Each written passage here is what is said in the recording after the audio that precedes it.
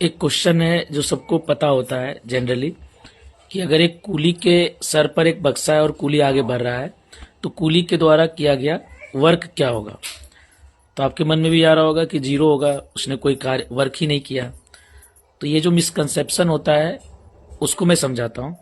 Work हमेशा force के कारण होता है, और जब कूली या हम लोग बक्से को सर पे रखते हैं और आगे बढ़ रहे होते हैं तो ये बक्सा जब ये आगे बढ़ेगा, ये बक्सा तो इसको फ्रिक्शन लेके आगे जाता है, पुश करता है।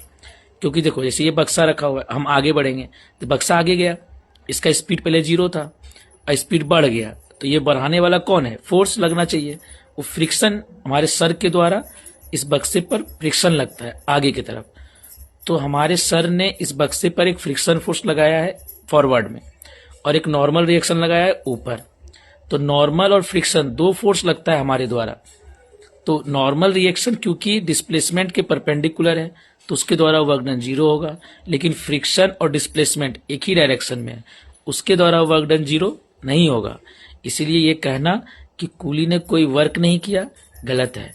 कूली के द्वारा लगाया गया नॉर्मल रिएक्शन जो है उसके द्वारा वर्क डन जीरो है, लेकिन फ्रिक्शन के द्वारा वर्क डन जीरो नहीं है, क्योंकि वो भी तो कूली के सर द्वारा लगाया गया फ्रिक्शन फोर्स ही तो बक्से पर है, तो वो जीरो नहीं है।